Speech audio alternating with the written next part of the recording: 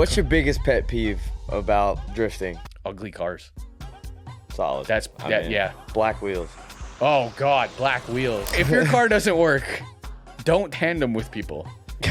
That's what Dun, dun, dun, dun, the more you know. You know how everybody hated R33s? Yeah. Then all of a sudden everybody loved them. When did that happen? Oh, it didn't happen over here? I don't know what it is. 32 sedan all the way, baby. Oh, you're an R32 32 sedan guy? all the way. Oh, that's bad. Now you got black sedans. wheels on it and everything. Okay, listen.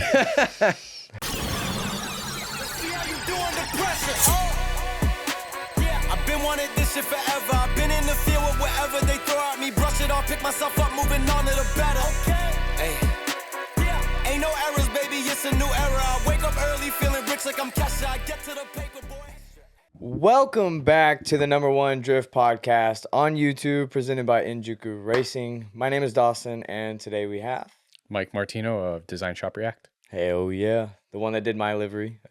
I know you guys know the car. Big livery guy. Is that where you started, actually? No, I'm originally just a graphic designer. Okay. That just designed things, Yeah. and then just being into cars and liking liveries, it became natural for me. Cool. Okay. Yeah. Well, we'll dive deeper into that, I'm sure. But, of course, before we get into it, look below the video. Make sure the subscribe button is not still red. If it is, click that and make sure you hit the bell. God, dude. We were just talking about this before. I'm fucking brain dead right now. Hit the bell notification while you're at it so you never miss an episode. Along with that, I don't have a hat on here, wherever the fuck it is. Anyways, grab one of the Grassroots Hero hats, shirts, stickers, all that stuff. 144 Racing, along with the Grip Oil collab wheels. Customize it to the way you want, color your car, blah blah blah. Yeah, appreciate it. Helps keep lights on, help you travel, and get to some of these guys that are far. But that's enough of me. Sorry. If you want to give a little introduction on who you are, what you do, sure, in case anyone out there doesn't know. So, the very short version of it is I print and I design. I have a company, Design Shop React. We're based out of Toronto, Canada. And I mean, we service worldwide.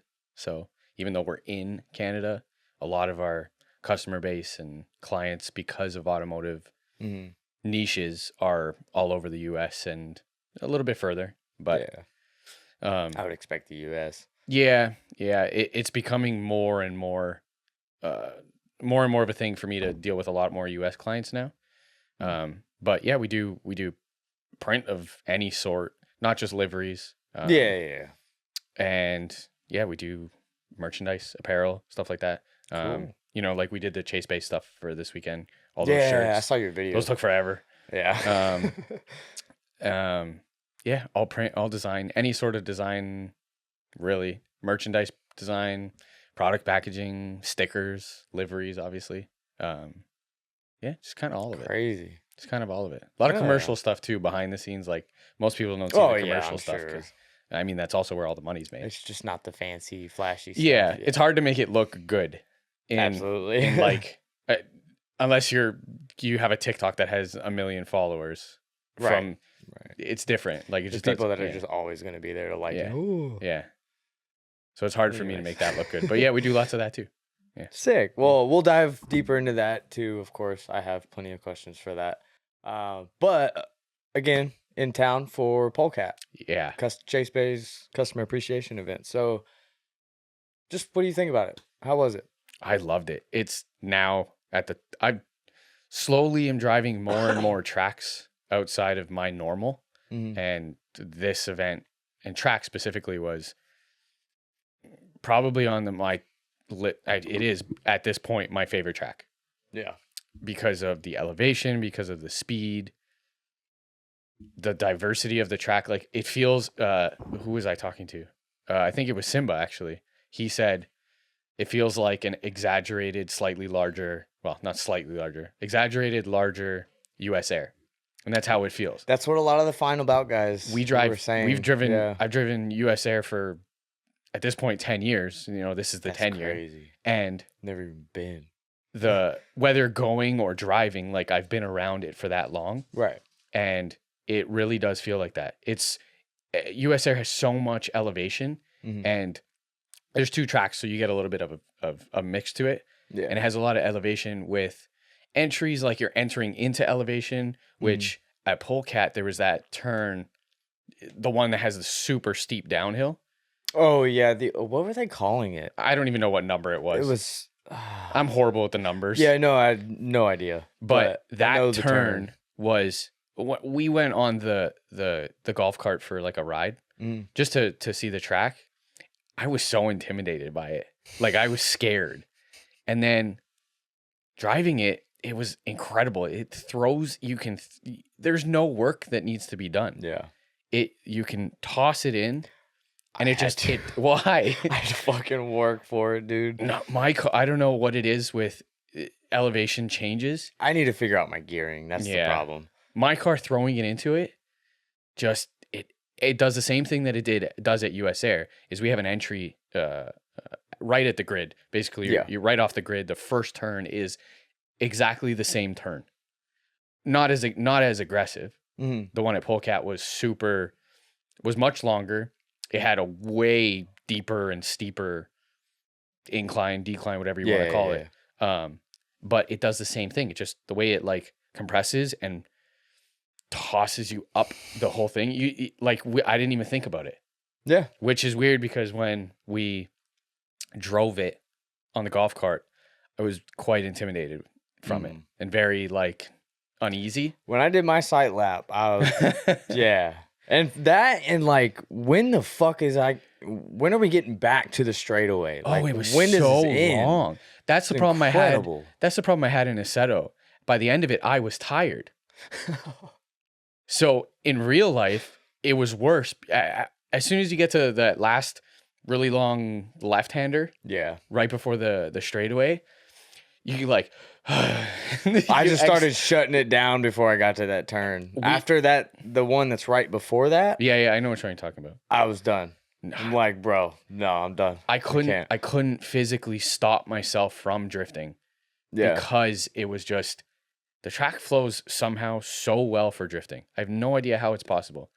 And you just keep going. You want to keep going. It was incredible. And you just get to the end and you're like, oh, okay, I can breathe a little bit. Yeah. Let me actually not hold my breath. I feel like I do that. And I was talking to Hurt about it. He says the same thing. He's like, all I do is hold my breath during the run. I feel the same way. I don't know what it is. It's just maybe nerves. I think I do that as well. I'm gonna start paying attention to that now. I didn't start paying attention to it until like a couple years ago, but I do that, and I feel exhausted after. I know I've had a habit of doing that, like in sports growing up and stuff like that. So I would assume I do. It must be. Because my heart's fucking racing by the time the lap's and over. You're like, if I was to put my hand up after that run, it would be like this. Oh, it would just be a tremor. Yeah, you're fucking, you go and pull over just to let the car cool off, and you're like, your legs twitching and shit. my ankle and my knee were getting so, they still hurt. They're just sore from like clutch kicking or bracing. You know how you kind of brace a little bit by habit and you like tense up? My legs hurt from that. I'm old now. I just get old and hurt. When the age gets you. Yeah. I'm not limber and young. Dude. Yeah. I'm starting to feel, I'm only 26. I think about my I don't care about my birthday anymore. Yeah. I already feel it. Plus I hurt my back in weightlifting in high school. So that doesn't help. But the event was just, I loved it. I'll come back anytime. Yeah. Anytime I'm asked, I'll come back.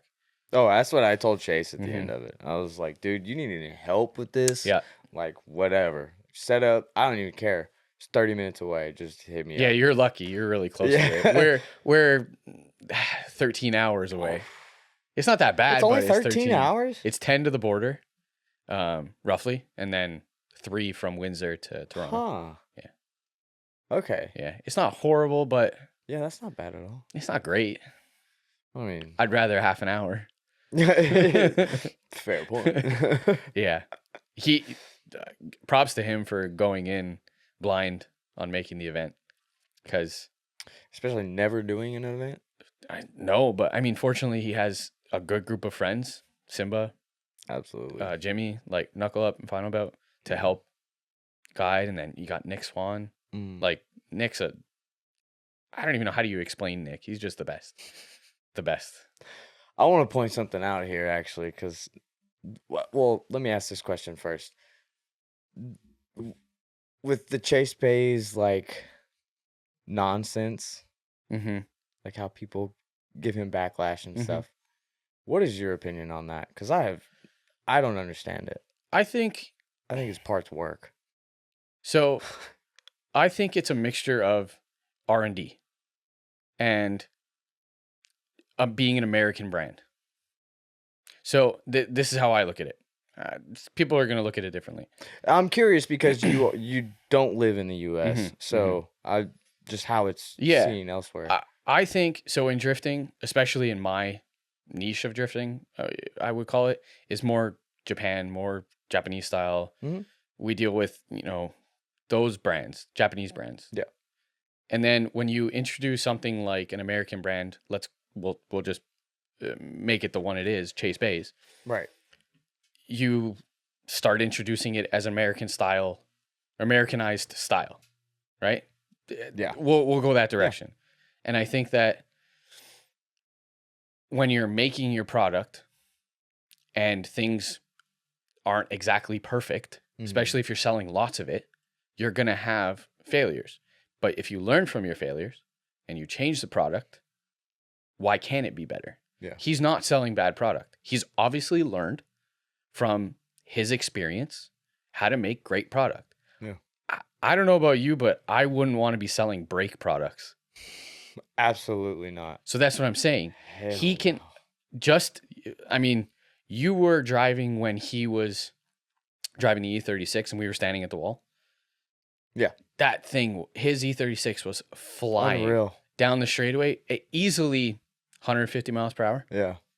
And when I came off track, he came flying down the straight, and I couldn't help but look at that crest in the middle of he lifts it, like the car lifts. Yeah. That's like you can see it. But that's what I'm saying. So he confidently is going into that first turn with that much speed, and his brake products work. Now, are there failures amongst the product? Absolutely. Sure. Yeah. We put going into it, I needed some things for the car. He gave me stuff that I needed and have wanted for a long time. Thanks, Chase Bays. Thank you, Chase. They work great. Yeah. I literally didn't even get to test any of the power steering stuff. It's on the car, and clearly it worked great. I drove all weekend, and my fear with changing some of my setup on my car is it going to feel better than how it already does and how fine-tuned it is? Or is it going to feel worse? Right. And then how I look at it is some of the things that are tried and true, like some of the Japanese branded products that have been being used used for generations of time, like HKS cams, Tomei cams, Tomei Japan cams, like stuff like that. That's being used all the time. And then you have a new brand or a brand that comes in, maybe not new, like an old brand, that comes in and makes a product that isn't on the same wavelength of a Japanese styled brand. Yeah. There's going to be, I think, backlash in it because drifting is very Japanese based originally. So myself and other people around me and other people that are in our community probably have those two directions of view. Yeah. Right? Yeah. So if some of his products may have failed prior, he's obviously fixed them. He's a good businessman. So if he didn't, he wouldn't have a successful company. And he does. He has a successful product. It works clearly. Yeah. That's my answer to it. For one, I've had my hydro lines in my car since day one. Yeah. Phenomenal. Never had to touch them. They do great. And then on top of that, I had the power steering kit, which he actually, like, for one, he helped me figure out my power steering issues. I don't know if you know, but I went through 4 racks before I even got the thing off No. jack stands. Why? When I did the RB swap. Essentially, it was someone, because the dude that I owned the RB before me, he had power steering issues as well. And it wasn't as bad, but essentially it would bleed, be fine if the car was off, but as soon as that pump is on, it would just blow the rack. So there was whoever had it before took all of the restrictors out of it. The little like valve in the float that's inside the pump. Yeah, both of them. Oh. And he made a bolt with the head cut off of it, drilled a hole in it, Yeah. threaded that in, and then welded an AN line or an AN fitting onto it. So and that it then worked. That was it. And it was just a hole. And the hole wasn't even lined up. It was whack. There was a lot, and I think that's probably what plays into a lot of people's complaints with a lot of products. Yeah. Is somewhere along the line, someone has done something that is going to make the end product fail. Yeah. And that is coming from a customer service base. If you don't set yourself up correctly or follow the instructions that come with your product or whatever it may be. That's been the biggest thing that I've seen. When I send someone a livery, I'm pretty sure I sent it to you. Maybe we were in a rush and I don't remember what happened, but I sent you a document or some pictures of like 1, 2, and 3, right? Yeah. The base, the next layer, the next layer. If you hadn't followed that, you might have done one of the logos on top of a layer that now you can't put the other layer on. Whose fault is that? Yours or mine? Right? I know. It's always the business owner's obligation to solve that Yeah. issue, which makes things better. But it just, dude, every single time it baffles me that that's not common sense. Like, just understand the basics of a livery. Like, the logos are on top. But maybe I designed it in a way that is unconventional. That's fair, yeah. So Yeah, now I get you that. have a product that was designed to be installed and work a certain way, but someone has changed one little thing somewhere along that line that affects the product's end result, right? That can cause a negative perspective on it because, oh, it doesn't work now. And it's because I did this, or it's because the product isn't good enough. Well, did you look to see if you installed it right? Did you look to see if all the conditions were right? Like maybe you have an aftermarket pump and that aftermarket pump is just slightly different than stock. Yeah. Right? Yeah. Fluid dynamics are definitely a hard thing to understand. I'm a guy who does some art and I print. I don't do that stuff. So I leave it up to the people who can actually do it or are trying to do it to figure it out. Yeah. So, for instance, my power steering setup seems to be completely stock. Do I know that the guy in Japan who owned it originally changed the pump? Maybe it broke and he got an aftermarket one. And I have no idea. Yeah. Zero idea. Yeah. But the research and development they've done worked. And what can I say about it? That's it. So I think it just comes down to that. I sent you a livery. I sent you the way to install it. If I wasn't clear about that, that's totally my fault. If I didn't clearly show you what to do, at the end of the day, it's still probably my fault. Yeah. But it's also on you to follow those instructions. I sent it to you. I didn't come install it. Yeah. It's on you to also follow those instructions. So I think that a product can still fail even though it's good or tested, but it ultimately comes down to all the elements involved. Yeah. That's what I think. How much problem solving are you going to do? Yeah. But JD's and Littleman, stop driving with that lousy stock steering wheel. Hey, thanks for holding that. If you haven't already grabbed one of the Grassroots Hero Grip Royal collab wheels, you should probably do that. And if you didn't know, it's not just one option. You can customize it to whatever colors that you want for your car or just what you like in general. So if you haven't already, I think it's time to upgrade that interior because it really could be holding you back. Now jump on over to 144 Racing and grab yourself a wheel and upgrade some of that interior. And if not, I appreciate you watching anyways, so let's get back to the podcast. Some things shouldn't need problem solving. Yeah. Some things should literally be open the box, install it, you're good to go. Yeah. But we live in a world where we work on our own cars, and that never happens. You can install headlights, bulbs, and like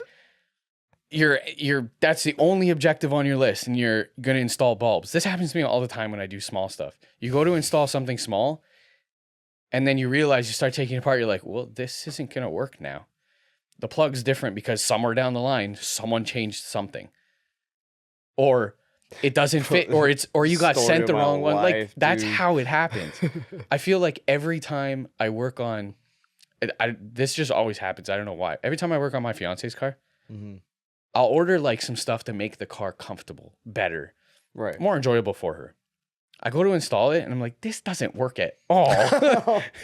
Like that's just, I don't know what it is, but I know S chassis. Yeah. But then I go and do it, and somewhere down the line, previous owners have done something to it. Yep. And it's like, ugh, now I got to go buy the original part, the original thing I got to get back to. Mm-hmm. And that's just, I think that's how all that product works. Yeah. That's why I'm in the dilemma of wanting to like swap to a G35 sedan. Like just take everything out, put it in the sedan. But what's the dilemma? Well, he's shaking his head no. Well, I mean, I hate that I didn't take the time to really do the build proper. Okay. Like I didn't paint the bay. I didn't paint the inside of it. I didn't like. Is this your first drift car? Well, yes and no. Is this I okay? guess. I'll It's the rephrase first that. chassis. Is this your first build where it was like complete first and going? build? First time ever doing a swap on my own, which I did virtually everything on my own. Nobody makes parts for it. Wiring Specialties, shout out you guys. Yeah, I got a harness. Yeah, they were the only people that made any part for that swap. See, so then I don't think that's a bad thing. Yeah. I don't think that if that was your first build complete to you were driving today at PCAT, Yeah. I don't think that's a bad thing. So, But on the topic of like quality and like parts breaking and Yeah. stuff, like I'm reaping the benefit, repercussions of that. yeah, Because I didn't think things out whenever I built the tube front. I and, think like, that comes all with of that experience. stuff. So, yeah, exactly. That's why I want to just Yeah, redo it. yeah, And, yeah. Like, and That makes plus, sense. I've done body work. I painted the whole kit on my Yeah. car. We painted I did the body work on the car itself, Mhm. and someone else painted it. But yeah, I think that makes enjoy sense. painting, so I'd be cool with it. Oh, so And then, like just doing it because everything else is like virtually the same. And Like, you're I only need gonna a new get better. drive shaft, and that's it. yeah, because they are the same chassis, Yeah. right? Yeah. Yeah, everything would just swap over. I don't see anything wrong with it. I think you're going to learn as you move from project to project, just like anything else, you learn how to be better at it. As you drive more, you learn to be better at it. Exactly. I was just saying it to him earlier. This event has felt, I feel like I know where I'm at driving. I know what my level is, Yeah. where I'm progressing, where I'm not, where my faults are, where I'm sure there's lots of stuff I ask better people and like, hey, how do I improve this? Yeah. But I know where I am to myself mentally. And I feel this weekend I stepped up another step on the stairs. Oh yeah, this was my first time with like true elevation. So I feel you. I've never driven a track where I can enter in fourth gear as like ringed out. Yeah, that's what you were saying. I have a 3.6 final drive Mm. and I'm on a 6-speed transmission, like the SR transmission. Yeah. My gear is long and I was entering at top of fourth. I've never done that. That's That's the first time I've ever done speed that. was that? I don't know. My speedo doesn't work. Ah, you got wiring specialties. I Come know, on, I just- man. It doesn't. I gotta fix it. Anyways, Hey, there he goes again. he knows why. Sorry, he's got a buddy behind Yeah. behind the camera.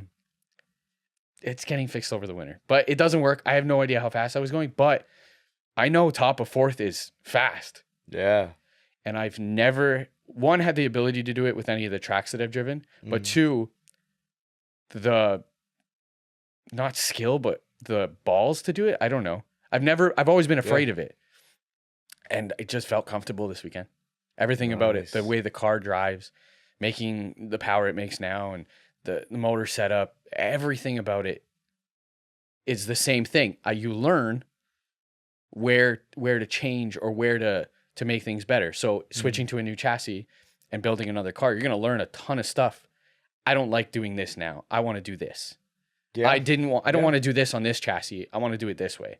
Yep. And that's what I've slowly, continuously built and learned on my car, especially because I've had a few of them, not S15s, but a few S chassis. Mhm. So I've learned what I don't like, what I do like, and I've learned how to take those little things and make them better. Just like, for instance, putting on certain product that I feel helps me. And there's lots of that. So that's why I think it helped me drive the way I drove this weekend. Mhm. I had more confidence in the car. I had more confidence in the motor and not thinking, is it going to be okay? Like, Yeah. no, I have full confidence in it. It's a built motor. It's tuned well. It's got good parts on it. Mhm. It feels amazing. And I think that helped my confidence. So I think That's good. as you learn, you help your confidence learn. You help your skill levels. Absolutely. So I think that's what it is. Yeah. I could go with that. Hell yeah. That's So my. I don't know how we derailed. You know what? that Neither do far, I. but- That happens. That was good. I like that. Okay, well, let's talk about Canada for a second. Go. So, like, is there no tracks? Because I know we mentioned US Air, but is there no tracks that are similar to Polecat Nothing. out there? Nothing. Like, is it because of the? Is it more flat out there? Our I don't really know Canada that well. we have we have a dilemma now. Sorry. You're I good. scared You're the good. cat. You're good. I think we have a dilemma with our tracks and tracks owners. Mm. Tracks owners. Yeah. Wait. Track owners. Jeez. Listen, it's been a long weekend. You just swap the S. Yeah. They don't like drifting. So all the tracks that we have are either getting really aggressive with how they let drifting happen. Like just this season, everybody's putting up, whether it's plastic barriers or barrels. I'll show you a video later of this one track that has literal barrels every 10 feet. Like, you know, the drums, the oil drums? Yeah. Every 10 feet. And there's some clips of cars just basically launching off them. That's what I'm saying. Like, Bro, so what? yeah, it's bad. It's really bad. So that's where a lot of the track owners are just, I get it. It's their track. You don't want people destroying it. But at the same time, then just don't let drifting there. Yeah. If that's the thing, like, if we're spending so much money, I get it. It's your track. It's millions of dollars. Mm-hmm. But we're still spending lots of money on our expensive vehicles now. 30, 40, 50, 100,000, $150,000 cars. Like Yeah. the cars that were out there this weekend, upwards of close to the Pretty 200, pennies. right? Like there's some people who have some very expensive cars. Mm. And if you're going to a track where you're unintentionally going to get damage done to it, like I get it. You go to a track that has walls. If you hit the wall, there's a wall there. Yeah. But those tracks are built to have walls. Mm. If you go to a track that has improvised barrels and whatnot, they're not built like that. So their spacing is a lot different. It wasn't considered when building the track. Exactly. Yeah. Right? So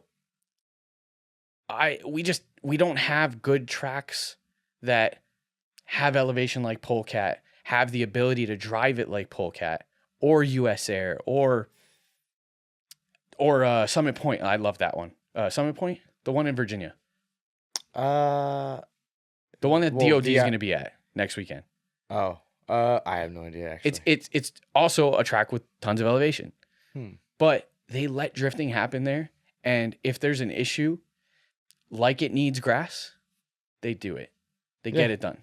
Yeah. If you hit a fence and a pole, you're paying for it. That's totally understandable. Yeah. But that fence and pole aren't at the edge of the track. Yeah, they're 40, 50 feet, if not 100 feet And away if from the there's track. and if there's barriers, they're not right at the edge of the track. Yeah. They're spaced accordingly where they should be. And the track accommodates for it. So we have problems now at home where, one, the tracks aren't really crazy. We don't Right. have anything that's like PCAT or the other tracks I've mentioned. And they're just not, for me, I've driven them for so long. I've been doing this for a long time. I've been driving for a long time. I've driven a lot of our tracks locally for a long time. And none of them give me the excitement I got this weekend.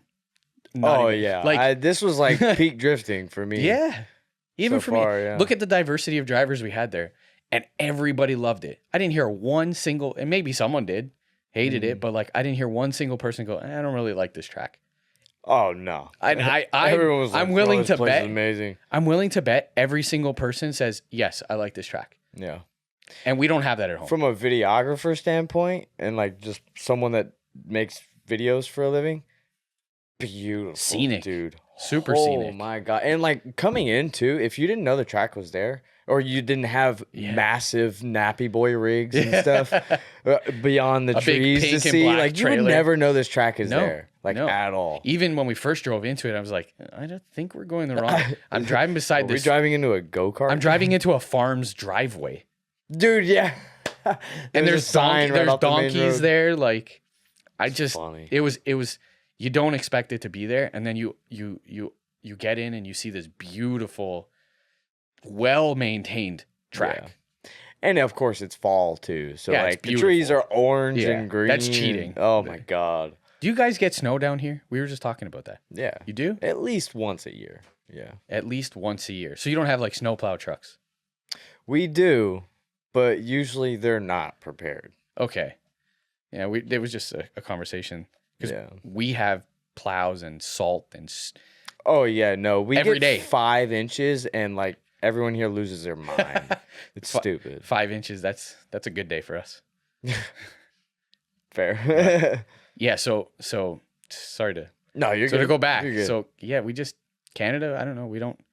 There's there's differences to Canada. We got East Coast Canada, like BC, out by California and everything. Mm, I've never drifted there at all. They have a couple tracks. I don't know them well enough to even name them. yeah.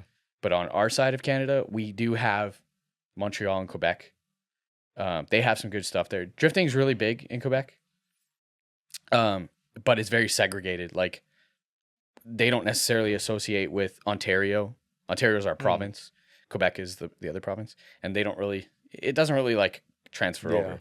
This year, a bunch of us went over to the Quebec side and we did the iCar event. Like Jimmy, Grant, me, Luke, Josh, Tom. Yeah. We all went over. That's where Tom and I had our thing. And we, yeah. And that was fun. We enjoyed it. But it's all flat. There's no elevation. It's flat. And we just don't have any of that. You guys have lots of mountains and amazing scenery. The drive to here, or the drive to the track, is scary. Dude, yeah. Especially with a trailer and shit. I don't know. Like, there's a 20, 30, 40 foot cliff off the side and you're ripping at 45 miles per hour. I don't know. Oh, Like- dude, you should go to Driven Luck.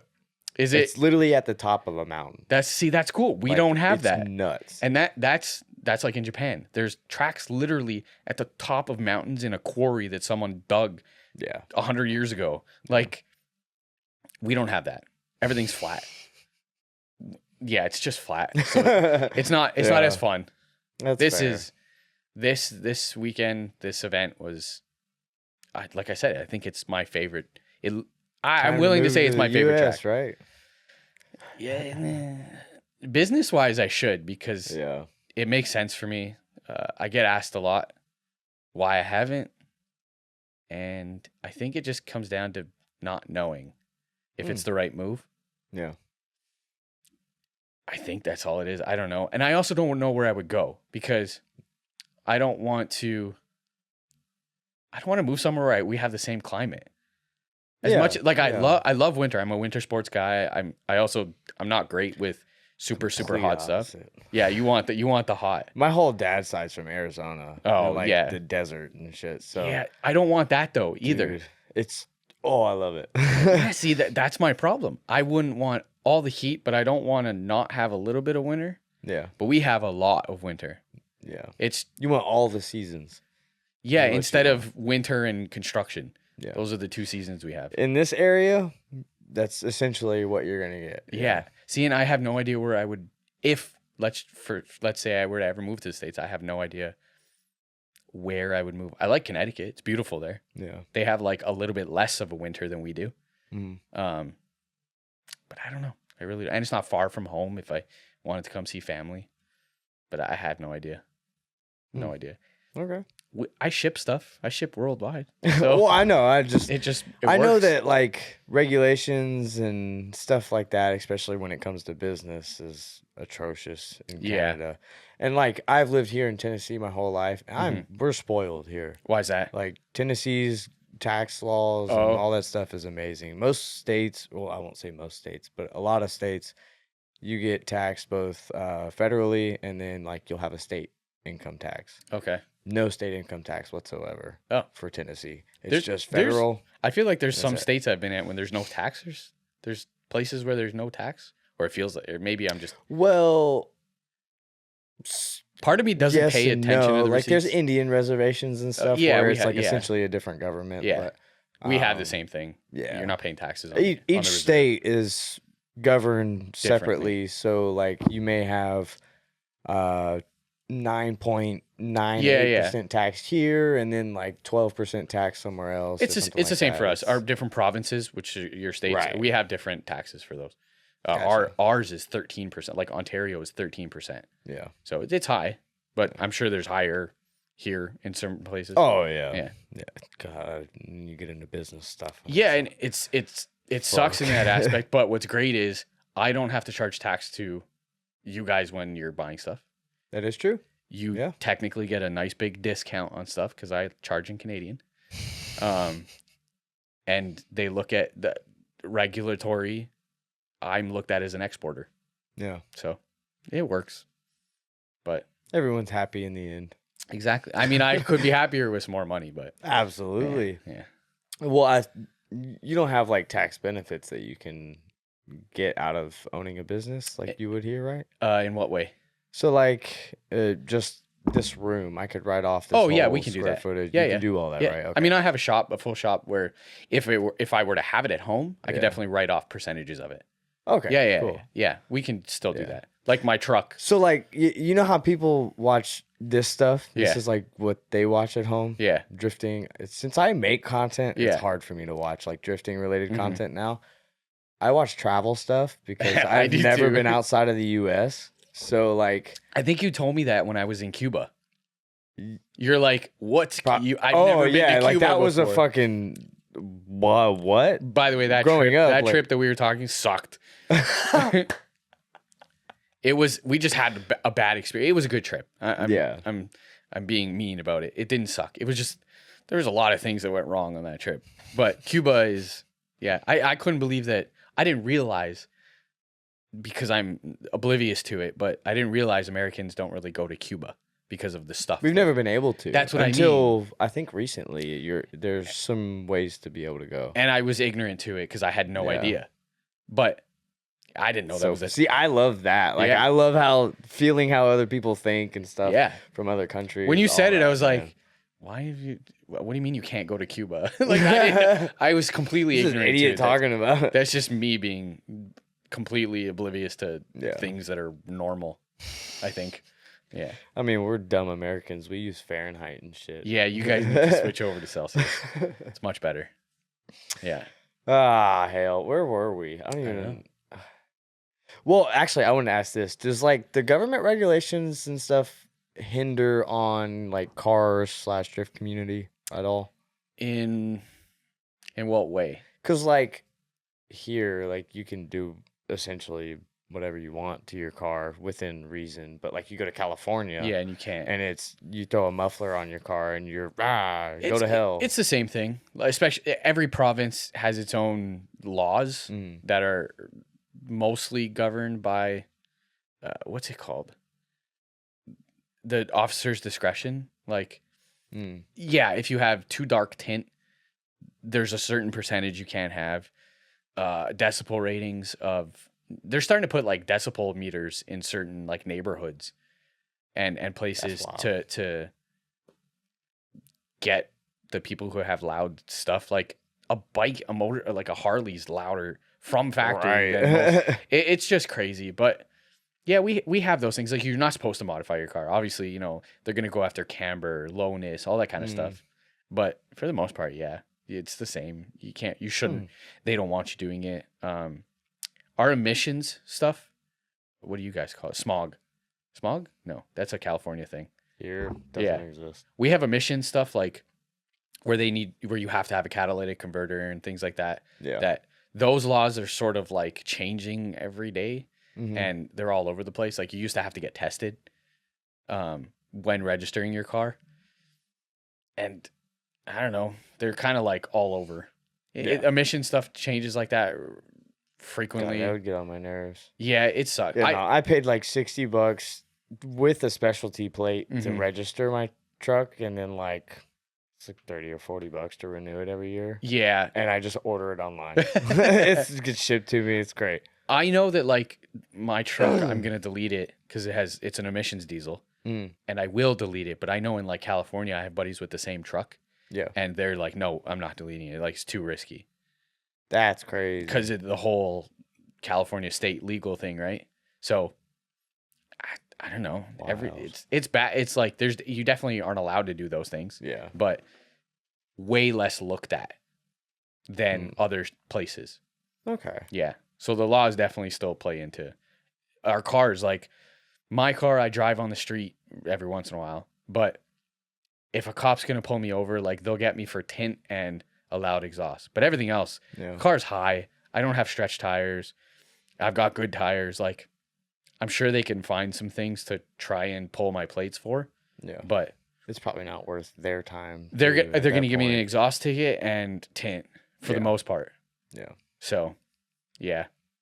Well, that's good. It's not like too harsh because I've heard stories and stuff. It definitely can be.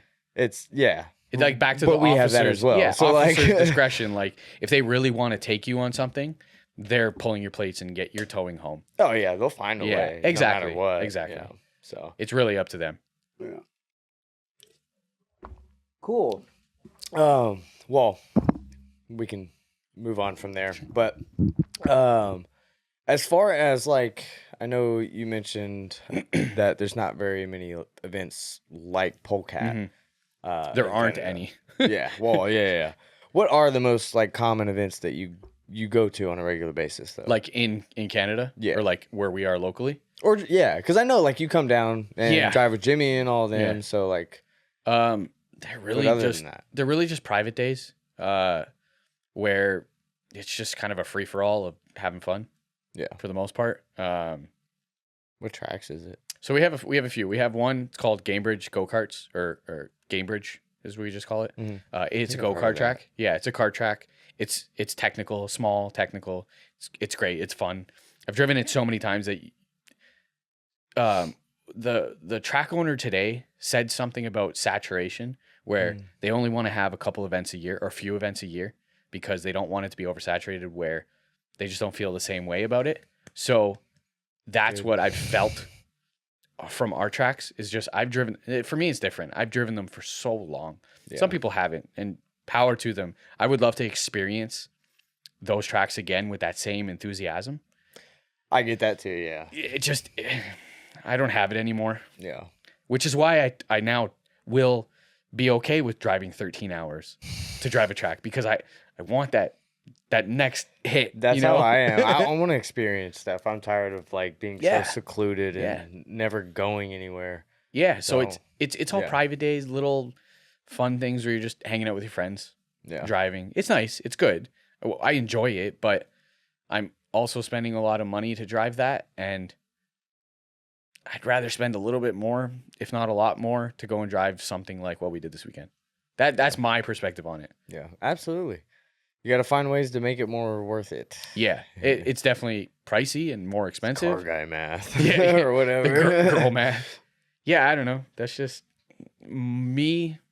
That's how I'm doing it. Like my friends in my group they don't look at it the same way, but I implement my business into everything I do now, and you have to be able to find value out of events. Exactly. And stuff now, for the biggest example is me working with Chase Bays was a perfect reason for me to come out here. Yeah. And that's exactly what I have to do and talk to other other people that are involved within that, and just constantly see how can I help them. So maybe because I'm a business owner and that's how I look at it now, where I need to go to other places. Yeah. Maybe if I wasn't one, would I still look at it the same way? I have no idea. But I know that I like experience. I like trying new things. It's addicting. Yeah, very. It's like very. tattoos. Yeah. I think I hope there never comes a point where I'm really tired of traveling for this. Excuse me. I know it will. Yeah. I'm going to get tired of it, but that's why I want to take advantage of it as much as I can now. Dude, while I still can. Yeah.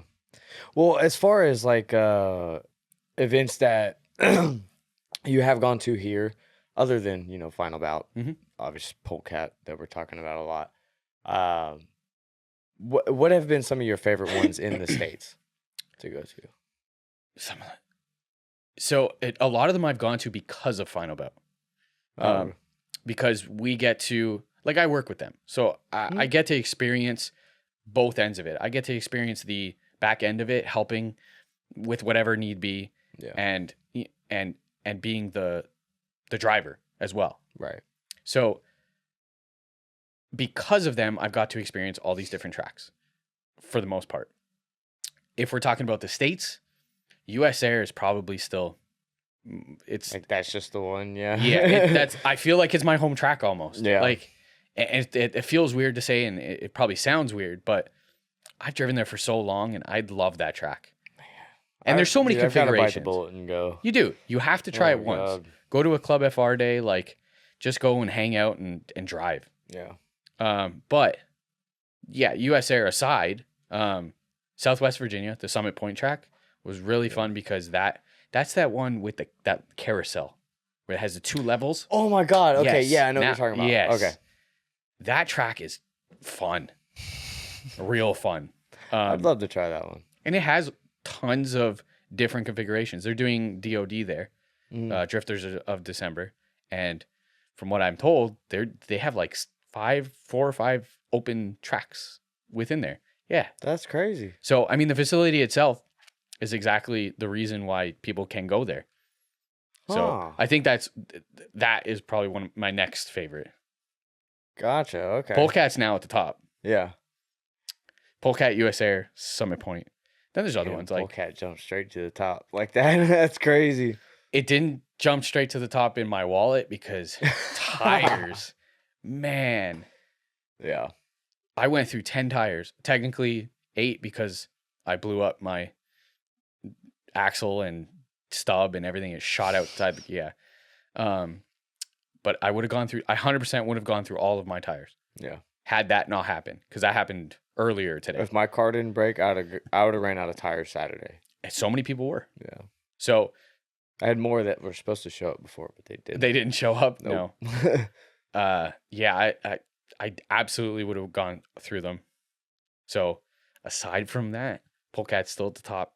US Air, Summit Point, and then I have a few little ones. Like, was there any that like disappointed you? Oh, good question. Shit. I'm trying to think now. Any that Gingerman. Really? Yeah. Okay. And I did that one. I did that one 3 or 4 times. Yeah. Because I did the first couple grid lives when they were much smaller. Yeah. One time in my 180. And 2 times. That's Midwest Fest, right? Yes. Okay. Yeah. That's great. Well, it's Grid Life. Yeah. It's Grid Life Midwest Fest. That's their main, like, yeah, the staple event. When they were smaller and I was able to go to them, I did, I think 3 or 4. I can't remember exactly. Yeah. But Gingerman was probably the most underwhelming track. I really thought it was the best because it was the first time I'd ever gone to an American track? I have to think. I don't even know. I can't remember. It's so long ago. Yeah. I've been driving the S15 for 9 years. And prior to that, crazy. Prior to that, I had my 180 for also like 7 years. Yeah. So I can't even remember if that was even my first American track at this. No, it wasn't. Now I remember one. There's a track close to our border. Don't know what it's called, but it was like an oval with an infield. Okay. That was the worst track I'd ever gone to. And it had like weeds growing out of the cracks of the track. Oh, It was bad. It was yeah. bad. But I went there. And that was my first track. I wonder what it was called. I had a dude on from Alaska. Oh, yeah. I didn't even know there was a drift scene in Alaska, for one. I didn't know that. It's crazy to me. Yeah. But that's all they drift on is like parking lots that are just mangled, weeds There's going through holes that you have to everywhere. dodge. Yeah, there's cracks everywhere. Yeah. Yeah, that back to what I Shout was out Mason. Yeah. Sorry. Back to what I had thought I'd said, like Gingerman was probably the most let down. It was fun. I think now I would probably have more fun in it because of driving ability and car ability. Yeah. But back then I thought it was the best. And then I just, now that I think about it, it's really what really was a letdown for me. Yeah. The car is just way too underpowered. It's a big track. Yeah. What motor is in it, by the way? SR. I don't even. Okay. Yeah, it's SR. That's what I figured. Yeah, I love it. I don't Yeah. think I would put anything else in it. They're expensive. Very. I just rebuilt it, thanks to him. But Doesn't sound fun. no. I that motor was the original motor in the car. Well, at least I think it was. It didn't look like it had ever been swapped out prior to me owning it in Canada. Yeah. I was the only one who had ever done anything to it. Stock SR worked. Mhm. I blew a head gasket, going with a full new setup. Blew the head gasket and then fixed the head gasket. Went for a retune, then melted a piston. But I had been prior to that. I'd been leading up to like the motor just getting old, and I'd been Right. chasing problems for a long time that were internal, and I replaced everything external. So Fuck. well, I had to go down the list. Yeah. I diagnosed as far as I could diagnose. Even my tuner, he couldn't figure it out, and it came down to an internal issue. And the motor was just old and beat. I've literally been beating on it for 9 years since owning it. The month of owning it, That's nuts. I was drifting it. So I've put a lot of kilometers I on went it through 9 years. Yep. Of That's my ownership. wild. I don't know that it was Yeah. drifted prior to me in Japan, but 9 years of me doing it. So Well, what's your opinion on the SR stigma? What of about it? Where people think they're made out of glass or Yeah, they are. all that nonsense. I think that I think they're fucking great. they're awesome. They're amazing. Yeah. Take care of them just like anything else. And you take care of them with good stuff and good precautions and build it. I wouldn't say build it right, but build it right. Mm. And I think you'll be fine. Like, sure, I'm probably pushing it a little bit, but I want to.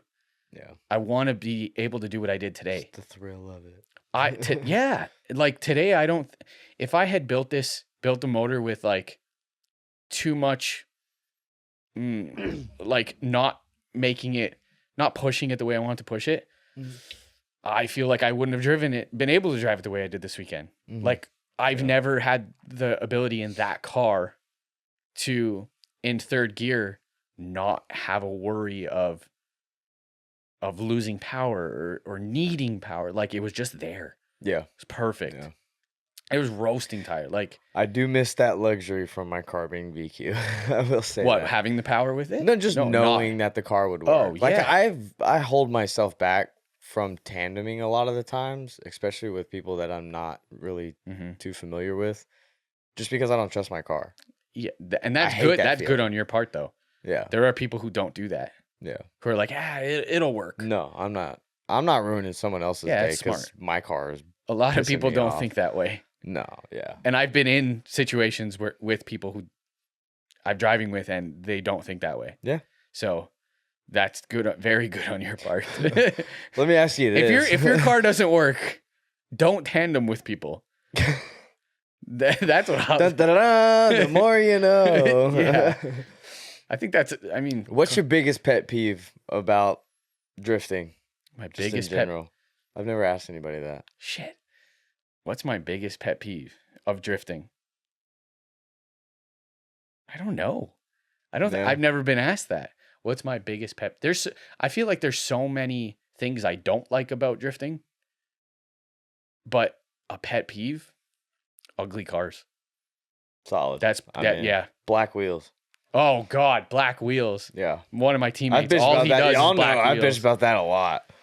I hate black. This is what I say every time someone buys black wheels, and one of my teammates knows this. Buying black wheels is the equivalent of just buying Steelies. Yeah. You can can't tell the you can difference. pay $3,000 for black wheels, and they look just as bad as Steelies. Just do that. It's cheaper. Just so you know, this one's getting clipped. That's fine. That's fine. Black wheels suck. Yeah. Look how bright my wheels are. Yeah. Once you drive them a bit, then they become black. Chrome to the dome, dog. No, I like chrome wheels. I like fluorescent bright wheels. I like white wheels. I've got white wheels. Mhm. Black wheels suck. Like, what's the point? Why are you hiding the best part of your car? Yeah. They just disappear no matter what car it is. The black wheels just disappear. They just weren't unlocked. That is awesome. Yeah. That should be a shirt. Make that merch. My wheels weren't unlocked. Yeah. Yeah. I had no style because my wheels didn't unlock. Yeah. That's okay. That's the pet peeve. Ugly cars and black wheels. Yeah. I think the ugly cars thing because Oh, I try and God. help make good cars. Yeah. Sometimes it doesn't work like that. But You're the final touch sometimes. to a car. No, I disagree. I don't think I'm the final touch or I don't think not even me. I don't think a livery is the final touch. If your car doesn't look good before the livery, Okay. Yeah. it's not going I to get look good that. with it. Yeah. And there are lots of people I have to say no to. Oh. I hate it, but like, it's my brand. Okay. Yeah. Okay. Never mind. I see where you're going with that then. Like, I've said no to a lot of people, which I hate that I have to say no to people, but also there's a reason you're coming to me, or there's a reason that you want my style of designing over someone else's. There are better people than me, but if you want my style of design, maybe we're just not the right fit is Yeah. all. And if your car doesn't already look, if you haven't put the time into your car where it can look cool and exciting prior to a livery's not going to help it. I mean, I know this is what you do for a living, but like, I would argue that a car looks better without a livery. Oh, sometimes. Absolutely. Yeah. Yeah. Yeah. If you have taste, Yeah. like your car will look better without a I livery. love my car without a livery. I'm doing it for business. Yeah. Right? Exactly. But there are tons of cars that look amazing without them. Mhm. Jimmy's, for example, his purple coupe. Yeah. I love that color. I got a little sad once. Oh, The yeah. livery actually That's went, 'cause, fine. dude. Like the livery is beautiful. Thank you. Because the front street livery I love it, but It's one of my favorite ones. that color, even So on good. camera, So good. holy shit! I want a car that color. Oh my god. That's the thing, though. That car, I think it's also the color. I hate Racing Line, Origin Racing Line. Anybody who knows me knows I hate Racing Line. So I don't like that part of the car. But I that think car, Spoon said the same thing. it's just not for me. Yeah. That's all it is. And it could be for anybody else. I don't care. Yeah. But that car looked incredible. When I first saw it, it's like, this is beautiful. Yeah. That color is just, it's such a rare color too. Mm. But that color's so good. It doesn't look like that midnight purple that everybody tries to replicate. It doesn't look like the purple that everybody tries to replicate. That's a factory OEM Nissan color. Is it really? Yeah, I forgot the name of What? it, but so they made the S14 in that color. There was only like a select few. Yeah. Okay. Yeah. I know exactly what you're talking about. Yeah. And Wow. S15 too. I'm blanking on it, but I'm pretty sure the S15 also came at one point that color. I don't think it Good did. color. Maybe it did. I don't know. Someone will know. Yeah. But it's beautiful. So that's where I think that a car can look incredibly good without a livery, and Yeah. agree with you. But then a livery also serves a purpose. Oh, yeah. Those are team cars. They need to have a livery. Yeah. You can't have the three of them or the two of them, three of them, and then Jimmy with a non-liveried car. It doesn't make sense. With multiple different color cars, Yeah. absolutely. Like, you have to have a livery to have the cohesion there. Exactly. So that's where I come in, and that's where I'm the final touch. Yeah. Where, yeah, you might bring it back a couple steps from what the end result looks like, and some people have a preference and don't want a livery, but there's a purpose to it. Yeah. And that's what that is. So, yeah, I can agree with you that a livery sometimes is not the way to go. Yeah. But sometimes you need to. Yeah, I'm not saying it's not the way to go. Yeah. I'm just saying a car should naturally look better without a livery. Exactly, That- which is like, why that's as simple I as- was saying, like, I'm not the final point. Because if Yeah. your car doesn't look good to begin with, a livery is going to make it look worse. It's going to make it look worse. Yeah. Someone who's better than me might be able to make it look better, but it's still probably going to look pretty bad. Yeah. I agree. Exactly. There's lots of people that my analogy is you have you have the recipe and the ingredients right in front of you. You bought them all. You went to the grocery store, got them all. Yeah. You know what the recipe is, but you can't cook. Yeah. That's it. Yeah. That's a good example. You put it all together and your muffins are flat. The pan's upside That's what I mean, down. like, you did inverted muffins. You went to like, what make muffins and you made pancakes. That's just how I look at it. Like, if you can't put all those things together, including the livery, and it doesn't work, then you didn't do it right. You could have all the right parts. Yeah. You could buy all the cool Origin stuff. Origin makes a lot of good kits. You buy all that stuff, and it's so easy to get. So you go and buy that. You look at how many literal examples there are of Origin cars that look good. Yeah.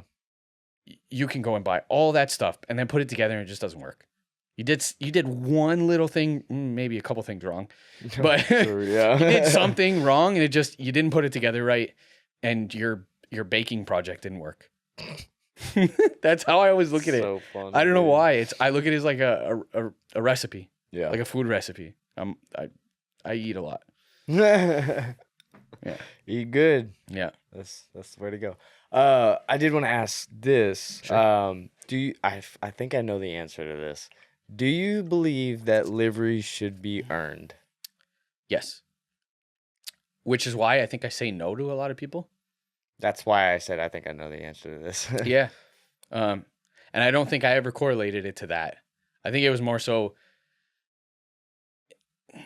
subconsciously I correlated it to that. But the representation of yeah, brand. Like, I think that like someone who's I said this once, I think before, to someone, but I'm not going to go and put my work. I'm not going to go help someone like a takeover kid because they have a cool looking you're car. flashing $2,000 Yeah. in front of me. Like, who cares? I don't give a shit. Yeah. Sorry, I don't know if I could swear. No, you're good. Yeah. I've been cussing the whole time. Oh, you're yeah, good. It's hard to even pay attention to that. I'm not going to go and help a takeover kid, even though if he might have a good looking car, cool car, because you didn't earn that, and you're definitely not earning it ever. But then there's someone who put in the work, makes a good looking car. Granted, I'm not the only person who does this. Yeah.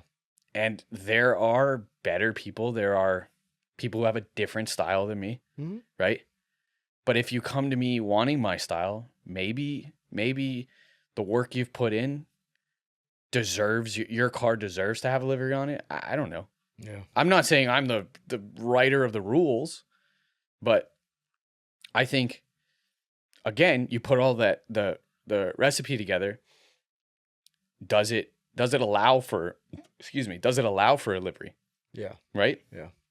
So yes, I think whether you get it from this guy, that guy, or that guy, or me, you definitely should earn it in that sense. Well, and the way I see it is like a livery doesn't look good without sponsor logos too. Yeah, to you can fill fake in that some though. Space. You can fake that. Yeah, I've but done it on my own car. yeah, I mean you can, but like that brings it back to the part of like you didn't earn it either. So like if you're gonna run the stripes, like make sure it's Yes and no. backed by something. Yes and in no. a sense. So I agree and disagree with that. One, because most American branded logos suck. Most, No argument there. I'm straight say it, a lot of people have bad looking logos. Mm-hmm. And most of them are American brands. Yeah. And it's very hard to take those. I find it very hard to take those logos and make them look good in an environment. Yeah. Especially when you don't mirror the passenger side. So if you look at some cars, there were a couple there today that had, for instance, brands on there that they're not sponsored, but they're not actually sponsored by, but they're good looking logos. Yeah. That alone makes the design. A good looking logo of a company that's cool. Yeah. That alone makes the look of it, makes the style, makes the design, period.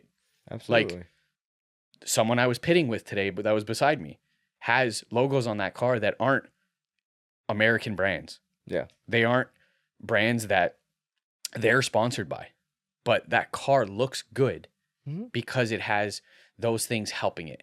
And yeah, that's faking it, but I don't think that's not earning it.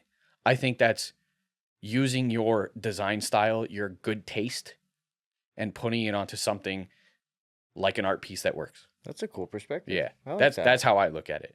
Okay. Yeah. Well, let me ask you this. Why do some liveries just look bland? Depth, idea. I think it's Because like you'll see an elaborate livery. Mhm. Like there's sponsor logos Yeah. everywhere. Like it looks pieced together, but it just looks bland. I think I know the answer. I have an answer for it. So I get, for some reason, I'll get asked a lot, how much to do a livery? Or like, what's the question? It's like, how much to do this, this, and this? How much to do a livery and print it or whatever? I'm like, well, I don't know. Because now you want something that's really elaborate, like you're saying. Yeah. Or something that's really bland, but you don't know how to explain it to me. So I think when people design their stuff, some people are doing it on their own who don't have the ability to go more into the details, make things like I don't know what to compare it to, but if you're doing something and you're focused on the details, it's going to come out better. Okay. Painting, right? Yeah. If you're just doing it and you're not focused on the details, it's going to come out okay, but it might not come out great. Yeah. But then if you're focused on details, like in a design with any art, not a livery, any art, the more details that are in it, the more care is in it, the more work you're putting in it, it's probably going to come out better. It might not, but there's a good chance it will. So I think they look bland because people haven't put the time or thought into it. And the thought into it is the biggest thing. It needs to be meaningful. That's the part of my whole brand is meaningful. Yeah. Right? Like there has to be thought into it. Sometimes you get lucky and you don't need to put the thought into it. But sometimes you really do need to. There has to be a purpose in what you're making. Yeah. So I think if there's no purpose and you're just like, oh, I want a livery because I have a race car. That's where it normally ends up looking bland.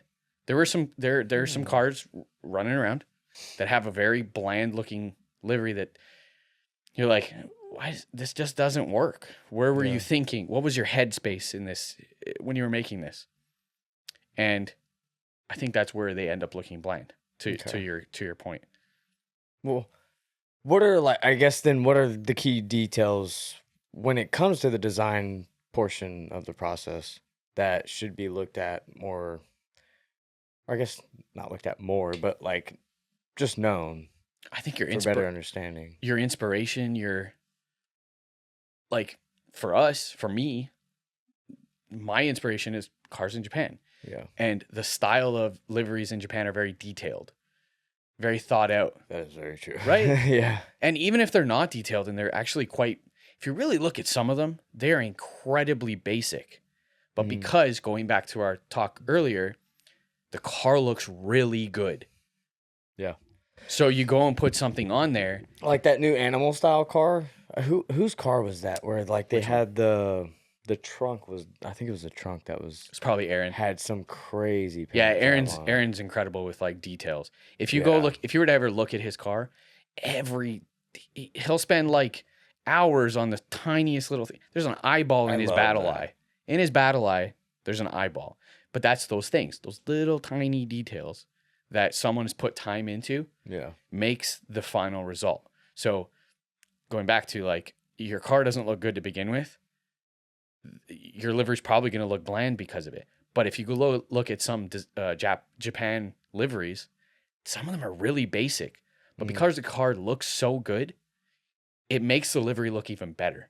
Yeah. Like it could literally be a single layer, not complicated piece of vinyl, but just the where it's placed, how it's placed, the brand logo, right? Brand, yeah. like it works. It's such a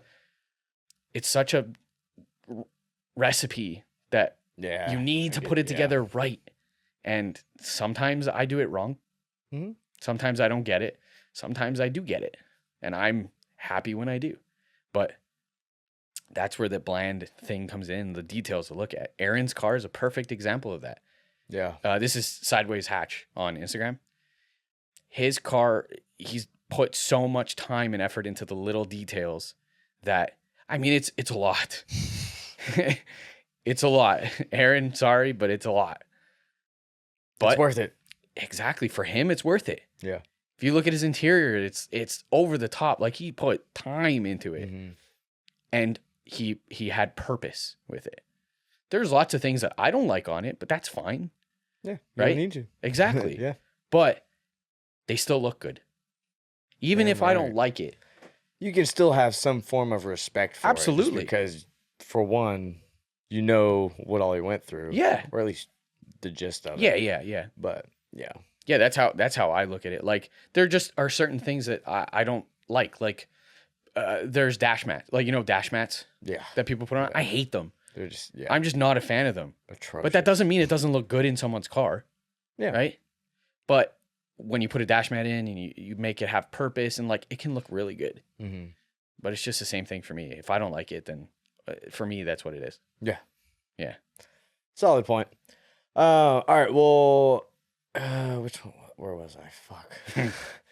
Oh, I've got some like just essential questions for like liveries and just installing, blah blah blah. Could you summarize the best way to install a livery on your own, especially if you've never had much experience with it? It comes down to the material. I use good material for people who don't know how to install vinyl. Mhm. Have you ever installed vinyl prior to me sending you? Yeah, I used to. I like obviously had a small little vinyl cutter. You know, everyone goes through that. Yeah, little everybody goes phase through or that phase. whatever. But yeah, I did some vinyl work. I've helped a couple of people wrap some panels, and So yeah, when you got mine and you started installing it, did you go, oh, this is okay. Like this works really well. this is the best vinyl I've ever used. And that's what I mean. Yeah. So I try and start with giving someone great vinyl, good vinyl, so that the install goes easy and I don't worry about it because Yeah. I'm not installing it. For example, BUMZ, the glasses, I installed the mirrored side. Oh, I yeah, I remember installed the this. logo Yeah. upside down. But like, for one, it was 3 a.m. outside. in the Normally dark, is. It and normally like, is.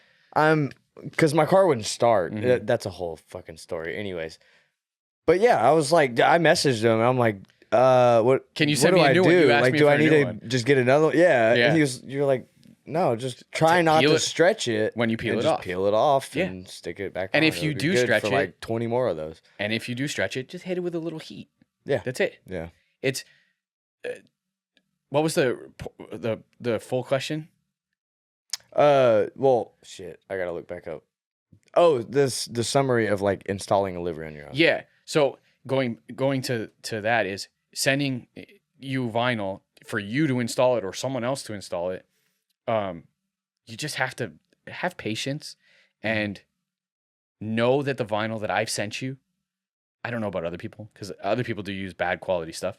Know that the vinyl I've sent you is going to work really well for you as a beginner. I've sent it to people who don't know how to install vinyl and have done really good with it. I think that to install it, you take your time, just try and do things in panels. That's the best way to like try and do things in steps, small stages. Well, okay, let me ask you this thing, because everyone says like take your time, Yeah. especially in anything. Obviously, if you're installing anything, take your time. But like as far as like little details, like for one thing that helps me is even when I do banners at events, people look at me like, "Why are you using tape?" Always, Like, always. what do you mean? You can do it by yourself. No, you no, just yeah, put yeah. tape in the center, you lift one side, you So line it up. That's lift one called the side hinge. Up, blah blah blah. That's like, the hinge technique. Yeah, So whenever I install a windshield banner, everybody's like, "Oh, that's how you do it." yeah, Yeah. yeah. All the time, every time. You'll even if never need help. even if it's a sticker this big, Yeah, you put a piece of tape on one end, put a piece of tape on this end, line it up. I barely use a measuring tape unless I'm really trying to like the hood. I'll use a measuring tape because you need it to be symmetrical. I'll be honest. I You didn't didn't use a use measure tape on anything. I used to like. I when looked like 20 different times at Yeah, the that's same fine. sticker to make sure it was in coordinates to what was going on around it. But take the tape, place it on, step back. Does it look good? Yeah. Sure. You're mathematically, how I look at it, even when I'm doing commercial stuff, is mathematically it might not work. So if you measure this distance and they're different, they might not be the same. yeah, But if the body lines of the car screw with your eye and make that sticker look straight, that's how it should be placed. That's how I've always done it, and that's how it should be done. And lots of other installers do it the same thing. It doesn't always work mathematically. So take your tape, place it on, and then do the hinge. Put a piece of tape in the middle, right? So it's where it needs to be. Peel back one side, cut off the backing, apply it. Yeah. Take off your tapes holding now. it straight. Yeah. Just start from the center, work And your way out. you don't have to do it hard. If you do it hard, it will stretch. Yeah, No homo. wasn't even thinking that. And just apply it. Yeah, That's it. That's Oh, it. cool. Simple. Yeah, that's like my advice, because with as bare knowledge as I have, that's what I would point out. But I didn't know if there was like anything. No, else that's that you would say. the way to do it. Cool. It's the hinge technique. I mean, I don't know if there's a formal term for it. That's what I call it. Because it is a hinge. Beats me. I'll roll with it. I've always called it that, and that's how I explain windshield banners, small stickers, big stickers. Yeah. Like that's the easiest way to do it. You'll get it right 95% of the time. That 5%, it was 3 a.m. Literally, yeah. Yeah. Circumstances, they just happen. Yeah. Okay. I guess what would you say is the most difficult part of just wrapping a car in general then? Origin racing line. Damn. Yeah, it sucks.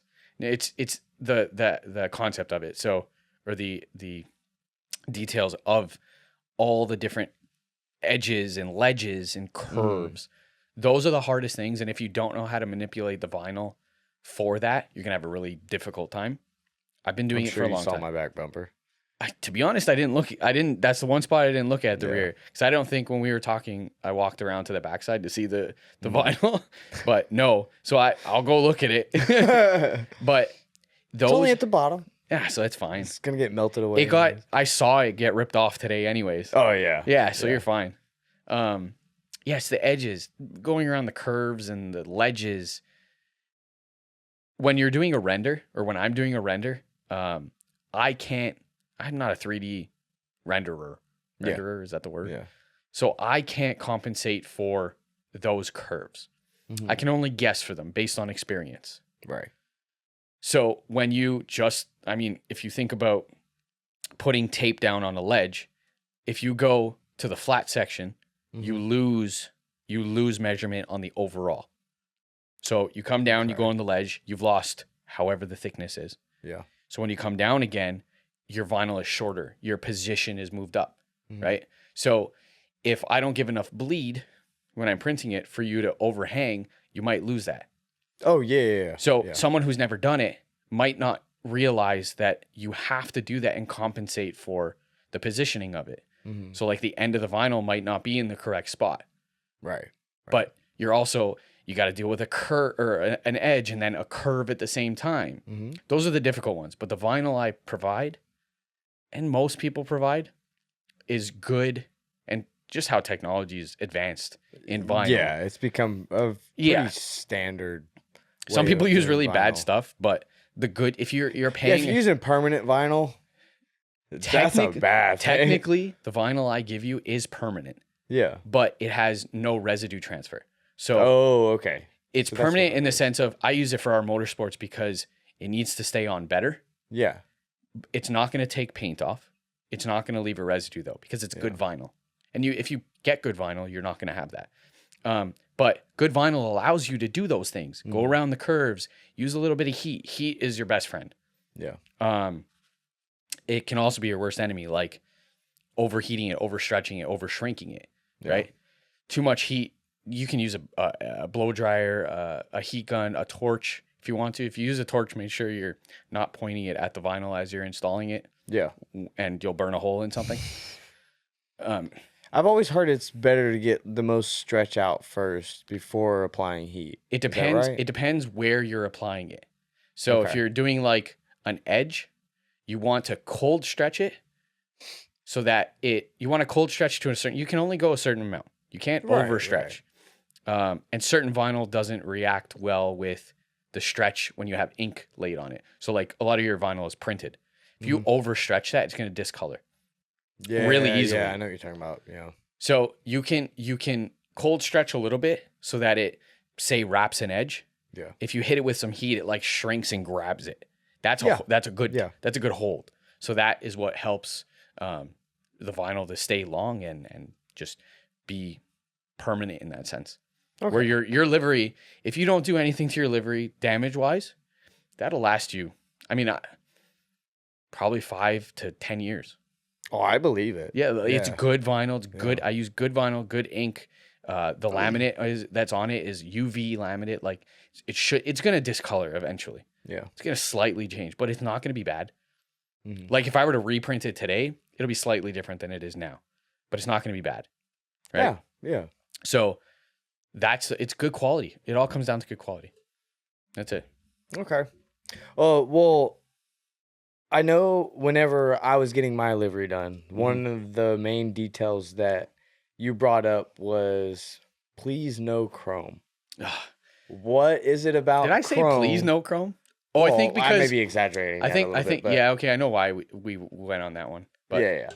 So, why is chrome? How do I even ask that? Because like it's not that it's a bad thing, but No. like it's a good thing. yeah, Chrome's good. Chrome is amazing. It looks good, but So- why is it a big no-no So for the most part? don't take this the wrong way at all. I knew you would have said no if we went no to what you paid if we had gone through Chrome. Oh yeah, yeah. Exactly. Chrome is expensive. Mhm.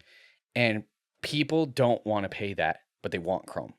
So I could give you cheap Chrome, but it's going to fail really quickly. Yeah, and you're gonna have to work. So for it, that's put why it on. I convinced you and wanted to say, hey, let's not do Chrome because I want that to last. Yeah.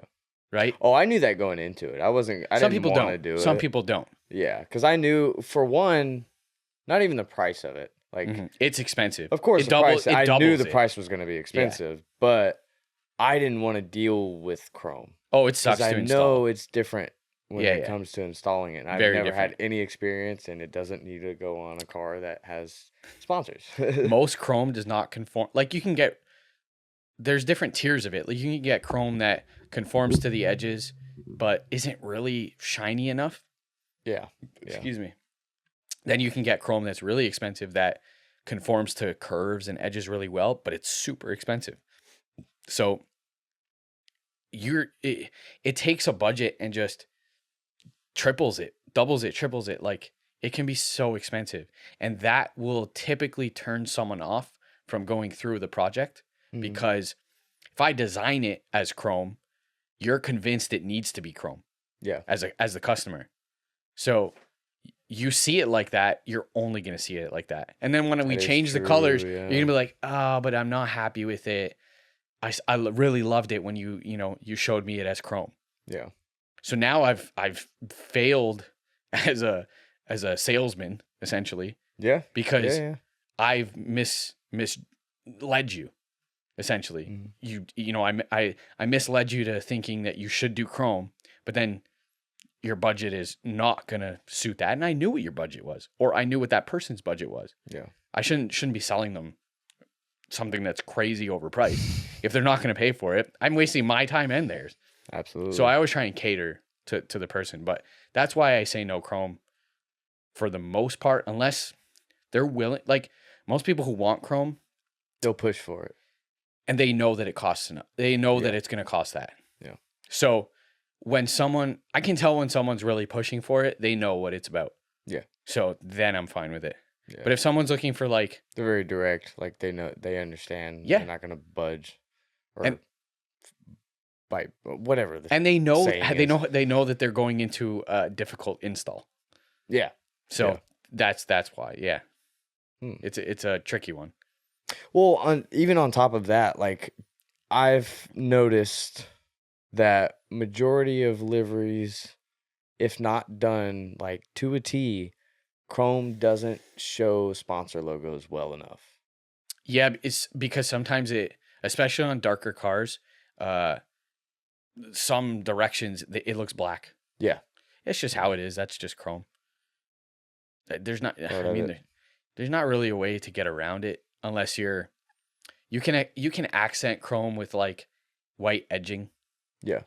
Or colored edging based on the base color of the car. Mhm. But for the most part, for the most part it hides. Yeah. Yeah. Even on it, like bright color cars, all of them. Like The second you go for a certain angle, it might hide. yeah, if So- you got a big bold font Yeah. of a logo, like it disappears. Yeah, just yeah. completely. That's why some like edges or outlines really do help Yeah. and make the difference. Which I can print with my equipment. I can print white, so I can print on top of chrome. So I can print Oh, a wow. color on chrome, and that helps that. I Yeah. didn't know that. That's Yeah. cool. So white ink is like, imagine printing paper. Yeah. Paper's white. So when you're printing like that the KBD banner, Yeah. that banner is white, and the colors are printed on it. The white is the Sure. negative. Yeah. So I can print that white. So the background can be whatever you want. I could print That's on cool. blue if you wanted. If Huh. if the material or the object or whatever is a color, I can print white on it and then print on top of the white if I wanted. But like chrome, Damn. yeah, That's pretty wild, actually. it just makes equipment more expensive. Well, yeah. Yeah. Well, that's the only reason it's Yeah. wild. I'm sure, like anyone that doesn't understand anything about vinyl. Yeah, most people don't machines or know that, like- anything, they're gonna be like, "What does that matter?" Yeah, You know? yeah, yeah. It's a hard one to explain, and I try and sell decals and or stickers and like chrome stickers, Yeah. but people don't know. It's really hard to explain the white thing, the white ink thing. I don't know. I got to figure out a better way to do it, but it's hard to sell that one. Yeah. Like even if someone wants like just chrome slaps or something like that, Mhm. it's hard to explain. I can put color on that and make it vibrant. Yeah. Like I make it look better. yeah, I don't know. It's hard to explain that one. I got to figure out a good way to sell that. But yeah, Mm. yeah. That's unique. Okay. All right. Well, one thing I also wanted to bring up was tribal stuff. Mhm. So obviously, tribal has been vastly overdone. Mhm. So what are some good alternatives, I guess is the way to put it, to a tribal livery? I don't think there are. Yeah. I think it can never be overdone. I think it can be done badly. Yeah. I just don't think it could ever be overdone. Alternatives, any shape can be put to good use. Yeah. For the most part. Again, it comes down to like, is there a method to your details? Yeah. Like, whose did I do? I'm trying to think. Jimmy Z car is O. Yeah, exactly. That That's one blew good. my mind. There you go. That's a Yeah. perfect example. I forgot about that one. The O, and that was really like I just had to come up with something quick. Yeah. Technically, if you really want to look at it, that's like you could think that that's a tribal marking. Yeah. Right? But Yeah. it really is it's his O stretched and contorted. That's Mhm. all it is. So I think that tribal can never be overdone or overused. Overused. Overused. We'll just go with that. Yeah. I don't think it can Good be enough. overused, but it can definitely be done badly. Yeah. And it just comes down to the method of your details. Do you have good details for it? Yeah. Yeah. So I don't think there's alternatives to say. I just think that, like, to go back to your question, the alternatives, I don't think there are alternatives. I think there are just lots of objects in this. You can make anything. A scribble can be something. This is true. You just make it look, if you make it look good, it can be good. Yeah. That's just how I look at it. You can take any object, any scribble, any shape. It's always so cool how some people get creative like that. Yeah. Oh, it blows my mind. Yeah. Seeing how Even like Nate Hamilton's, that's the one I always point out is when his S13 had the ink drip. Yeah. So cool. He knew for no reason. He knew what element to use. Yeah. And that comes down to your method of those details. Yeah. He had a thought process in it. And I don't know what the conversation was, but I know that right. the thought was to be a fly on the wall there. Yeah, or I know that the thought was, hey, I want to incorporate this. Yeah. Because I know I go through those. I want to incorporate this style or this feel. Like one of my first liveries on my S15 when it was white was I wanted it to be waves, but it's tribal, right? Like the original the original design, which is still actually the design that's on it now. It's just changed color, which is really subtle. Yeah. It's a wave, but it's a tribal wave. So that conversation probably was had. Hey, I want to incorporate a drip. Yeah. Right. And that's, I think, how it goes. But there's method to those details. Mm-hmm. That's what I see as it. Creative process. Yeah. So special. I love it. People have a weird way of their brains working for that kind of stuff. Well, speaking of, in a more selfish light of that, is there any livery that you've designed for someone else that has been your favorite? Like the one you're really proud of? Yeah, I think it's the Front Street liveries. Really? Yeah. I love them. Absolutely. I put a lot of time. I mean, we went back and forth for a long time on them. And for me, they represent a lot of the look that I try and replicate. Yeah. The look that I try and steal from Japan. That's what for me it is. I know for them, they liked it. We went through a lot of versions. A lot. I mean, you're dealing with 4 people. I'm sure that's so. Right. Dude, I was probably not the easiest, but not the hardest. Yeah. I think we had like 2 revisions. Yeah, there wasn't many. Just to move a couple of logos. There wasn't. Yeah, there was not many at all. The easiest was Grant. Really? Yeah. I did his in like. Just do it. I did his in like instant. It was like some of the stuff was by accident and it worked, and it just sometimes that happens. I love Grant's livery. Unfortunately, it's being retired now, but we'll make something new for his car and it'll look good. Yeah. But no, the Front Street ones are my favorite because, for me, they represent my look. Yeah. So I think that's maybe why I'm biased against them.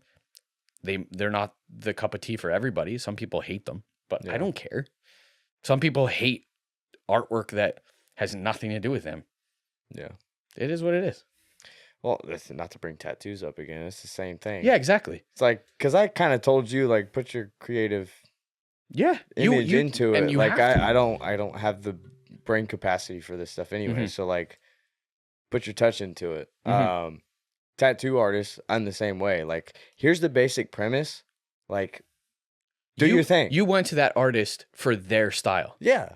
There's a reason I'm here. Exactly. I did my fucking research before I walked in. And most people do their research. Yeah. If they don't, then that's their own fault.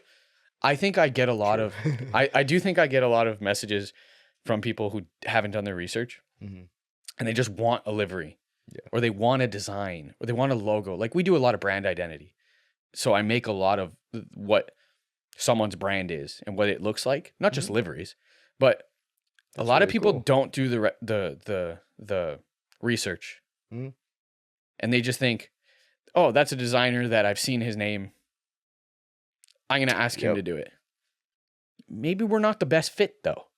Maybe you and I don't connect in how your look should be. I'm here for you, but maybe we just don't There's mesh specific well. questions that I ask when I'm looking at bringing on Yeah. a new client that is just like they're beating around, but it's to figure out what your values are Yeah. in a sense so that I don't just jump into someone that I don't want to work with. I have a problem with that because sometimes I'm bad at it, but sometimes I can't get back to people. But sometimes I ignore some messages because I feel that my all isn't going to be into their design. Mhm. And as much as I enjoy making money, Yeah. it's just, it almost feels like it's going to cost me more mentally than what I'm willing to put into the design. I don't know if that sounds, how does it, I don't know. I get that. Yeah, I don't know how to, I just right off the bat can see that we don't work. Yeah. Just like I would never do a livery for a takeover kid. Yeah. Totally. Right off the bat, we don't work. Well, is there any like experience you've had that where a livery just did not it turned out that way essentially? Like a livery didn't turn out the way it was supposed to. Yeah. Yeah, definitely. It never went to production. Yeah. So that's thankful. It was for someone big. It just didn't work. Wow. We're doing a different one, That's good. but it didn't work. Round 2, baby. Yeah, there's been a few, and that's fine. It's never gonna work on the first shot all the time. Yeah. That's a very small percentage. There are lots. Shoot for like I said, Front Street we went through. If I looked at my folder, there's probably 25, 30 revisions. Mhm. One of my own teammates, when I designed his livery back then, probably 100 revisions. He's picky. I love him. But it doesn't always work right away. Yeah. And then there's some that like you make a full design, spend so much time on it. You're like, this is amazing. You send it to them. They're like, that wasn't what I was thinking. You're like, that's a bummer. Frick. But then This in whole the thing. back of my head, I learned something out of that design. Yeah. There might be a technique that I didn't ever do there that I'm going to use on something else. An idea that I might use on something else. So See, that's the mindset to take. I I don't- always say yeah. like everything in your life is your fault. No. No matter what happens, it's your fault. Oh, okay. I see what you're saying. There's Yeah, always something that you could have done to prevent. Oh, it, yeah, whether yeah, it was yeah. just not go. I or- think of that. I think of that Yeah. with work and like employees. If I didn't Exactly. give you your entire, like, if I didn't tell you what to do, and if I missed a step and you screwed it up, it's still my fault. I You didn't weren't get, set up for the exactly. job. Yeah, I agree with that very much so. Absolutely. Yeah. So I try and learn something out of everything that I make. And Yeah. sometimes it works, sometimes it doesn't. Again, Part of it. there are people who can do this a lot better than I can, but some of them they don't hit the mark either. Mhm. So Yeah. it is what it is. It's the name of the game. Creative's a weird thing because some people like what you might come to me for my style, but then when you get the product that you asked for, Mm-hmm. it isn't what you wanted, Right. and that's fine. Right. We wouldn't A lot know of that. it just comes down to like not being able to, for one, understanding the lingo to Yeah. explain it, and then just not having the sense to even know how to explain it in general. Is that?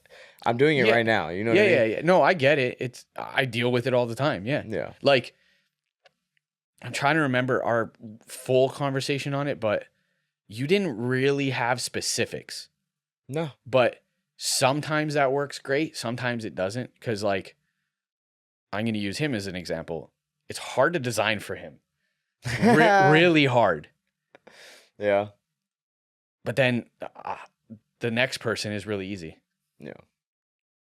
I just like, I don't, for me and mine, it was something, I didn't know any details. I Yeah. didn't have any creative, like anything that was just in my head that I had to have. So I was like, dude, do something. I think you should. You gave me some examples. Make it a mix of like tribal and graffiti or something. Yeah, stupid something like that. But that alone is more detail than some people give me. Wow. I know. Yeah. Some it's like, oh, do your thing. That's embarrassing. It's do your thing, but okay, but then when I do it and you don't like the result, Yeah. then I've just wasted my time and your time. So who pays for that? I do. Congrats, motherfucker. Yeah, that's that. Yeah. Yeah. Well, who are some of the bigger guys that you've done liveries for as well? Jimmy, Grant. Yeah. I'm working with someone else. He that can be named. Correct. Got it. And then yeah, I mean, I did Booth's livery. Did you see Sean's livery? Oh, yeah. I love that, the Yeah. breezy livery. Yeah. He was the only RB guy that I knew that was there, Oh, so I nice. could go walking up to him with my belt that I Yeah. ripped off. I'm like, Do you have "Booth, one? And he any probably chance?" did. No. Oh, He was like, nah. yeah. There's lots that like I've made that haven't gone into production or made it to the next stages. Yeah. For some people. And there's lots of people who have reached out. There's a few people on your list over there that have reached out. That is really old, by the way. But yeah. yeah. But like, there's lots in the works. I like to fill my time of liveries with the more challenging projects, if that makes sense. Yeah. Where if I can help them out, can they help me out? Right? Like, True. Yeah. especially as a small business, like I'm always trying to advance, right? Yeah. Not to take advantage of anyone, but to, hey, how can I scratch your back, you scratch mine. but also how can I help you out that it's really gonna matter? A lot of I think that a lot of the bigger names now do get taken advantage of because they go into it with fear of like, I'm a big name, let me come to you and now I'm gonna get raped on price, or you're gonna take me for something. So I think they do get taken advantage of quite a bit. Yeah. So I look at it like, how can I help you make it look good or whatever it might be? And is this going to work long term? Yeah. Is there something we can work on long term? Right? Like for instance, Chase Bays, I did their sort of like pattern looking thing. That's on their their new Nabori, not the polecat Nabori, but that relationship turned into working with them for this stuff. Yeah. So just that's how I like Things to look at trickle. it. Can we build a relationship on it? Right? Can we turn whatever this thing is into something else? How can I help you more? That's how I look at it. Yeah. That's essentially all business is, Yeah. working together is help. I think a lot of We all want to make more money. exactly. That's the point. But also we're all in the same community. yeah. So how can we all help in a way where it benefits us all? Right? True. Yeah. Like you and I did your livery.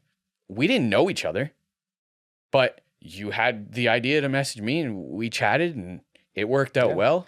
I've seen you do a shit ton of liveries and I've liked every single one of them. So I was, Right. I'll And go with how can that help? Did you having a livery help your proposal to your sponsors work? Yeah. Right. Yeah. Exactly. I've helped you make you some money from your sponsors. Yeah. Or product, whatever it might be. So how Goes can I well. help you? Yeah, exactly. Yeah. And I can use your car as an example, someone else's car as an example to help my portfolio. Yeah. To get with another company. And it's a big circle. Yeah. Right? Sure, there's money involved, but you're never going to There's also advance. respect involved. too. Exactly. I've gotten lots of recommendations from these guys who they don't owe me anything, but because I've done my best to help them, they've gone out of their way to make a recommendation. They've gone out of their way, thankfully, to suggest me to someone or even mention me once. Yeah. It makes a big difference. Huge difference for someone that's a small business and trying to help others. Yeah. That's how I look at it. And I think they get taken advantage of in that sense, in a bad way. Oh, absolutely. Yeah. I would agree.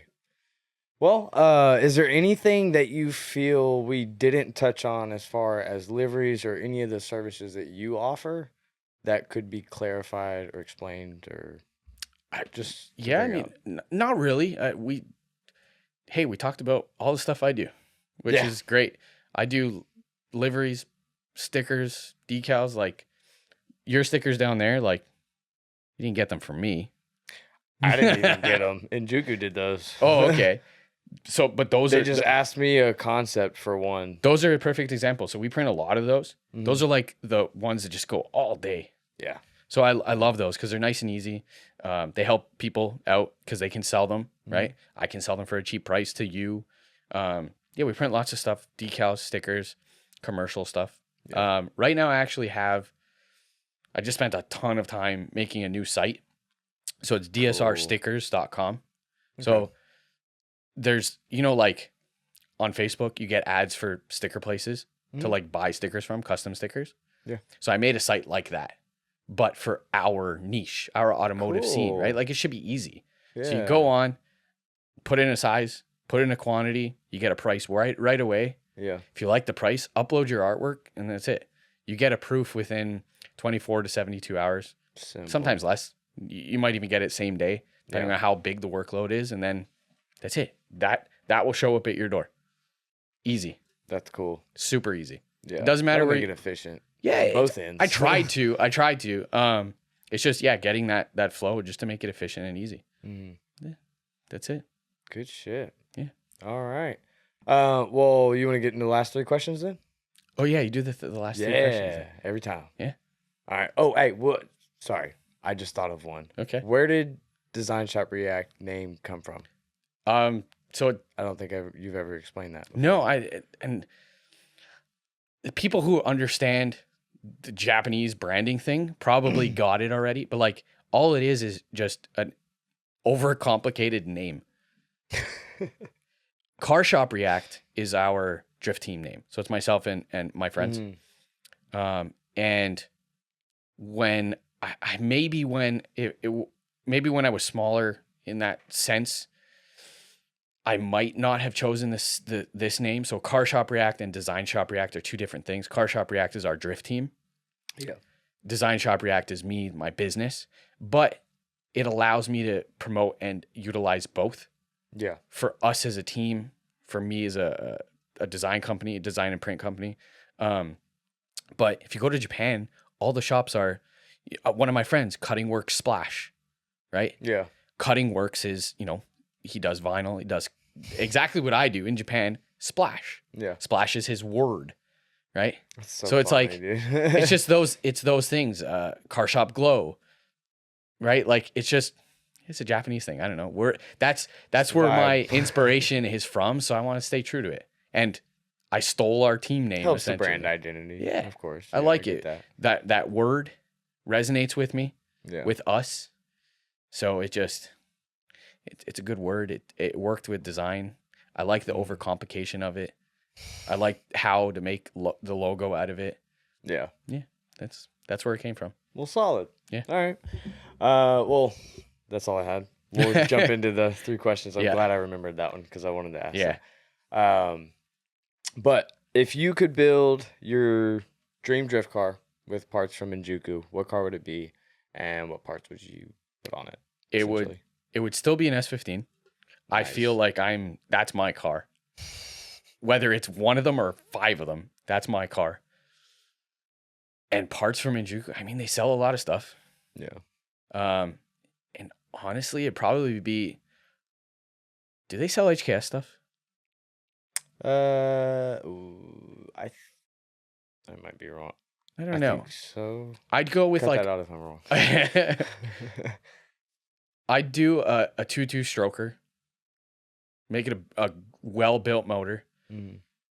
If I had the option to, I don't know if I do. If I were to buy from them, make it take a VE motor, like an SR VE. Mm. Get rid of rocker arms, make Yeah. buckets. High revving, probably like. Oh, sick. Okay, cool. I hope we were right. All right. Yeah, bunch of HKS internal. Dude, I hope we can hear you laughing. Yeah. You got tech support in the background. Sick. Yeah. Yeah, HKS internals. It's something I've always wanted, like a built HKS motor. Yeah. So if I could buy that through them, that's what I would do. Fully built motor. And I'd probably go with I love my turbo setup right now. Mm-hmm. I like the G25. I have a G25 550. Works great. Mm-hmm. I love the way it feels right now. The motor is built, but it's not it's built with like parts that I can buy normally. Right. It's not a overly built motor, but I would, if I could do it, I'd go full. I'd make an S15 more aggressive than mine now. Mhm. Quite built, full cage, all that. Which I guess I'm doing anyways.